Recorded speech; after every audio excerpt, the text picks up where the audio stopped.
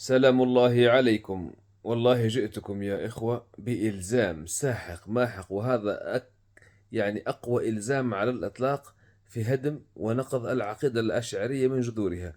وأبشركم يا إخوة إن يعني كل من يطرح هذا الإلزام ويلزم به الأشاعرة والله سوف يهربون كما هرب بحر الأشعري من نقاشي معه. ونزلت أنا الفيديو يعني على قناتي وحتى على تيك توك، وتابعوه. الإلزام نقولهم هم دائما يقول لك يعني من أين جئتم بلفظ بذاته فوق العرش بذاته وفوق السماء بذاته أو فوق مخلوقاته بذاته. نقولهم قبل أن يخلق الله الزمان والمكان، العرش، الماء، البحار، الأكوان، الأجرام، النجوم، قبل أن يخلق كل المخلوقات كان الله وما معه أي مخلوق، ولا لأن المخلوقات لها بداية والله لا بداية له. فسبحانه وتعالى عندما كان الله وحده لا شريك له ما معه أي مخلوق، لا عظيم ولا حقير، كان وحده. هل كان بذاته أم لا؟ إذا قلتم كان بذاته نسألكم بعدما خلق المخلوقات هل بقي فوقها بذاته أم دخل في وسطها يعني في داخلها وامتزج بها، أو أنه يعني أصبحت فوقه؟ ثلاثة خيارات. إما أنه بقي بذاته كما قلتم أنه كان بذاته، أنه بقي فوقهم بذاته، وهذا رد على قولكم يعني من أين جئنا بلفظ فوق العرش بذاته أو فوق المخلوقات بذاته. أنتم سوف تقولونه يعني إجبارا لا اختيارا واضطرارا لا اختيارا، نجبركم على التلفظ به.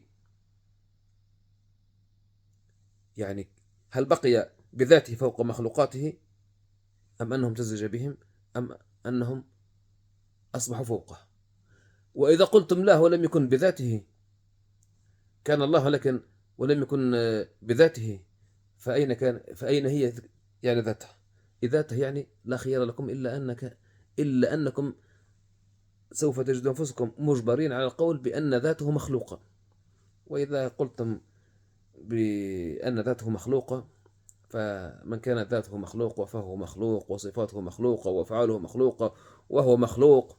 وهنا عد يعني تهدمون دينكم ودين آبائكم ودين أمهاتكم ودين الأمم المتحدة ودين يعني النصارى ودين اليهود ودين بوذا ودين أمكم كلكم على بعضكم.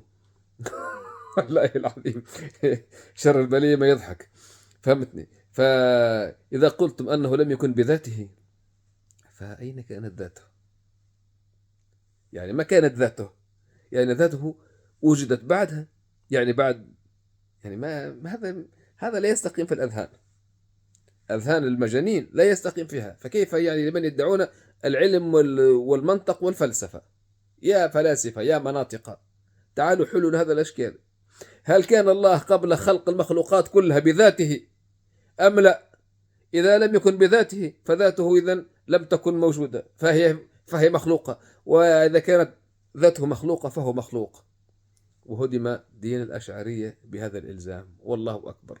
يلا والله لن تستطيعوا الرد. والله لو يخرج أبو الحسن الأشعري والجويني والغزالي والرازي والبقلاني وابن فورك وكل علمائكم والخطيب البغدادي وكل علمائكم وال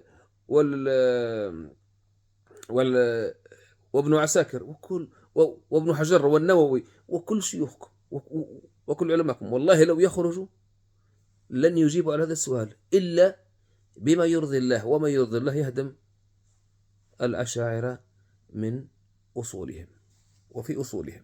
يلا السلام عليكم.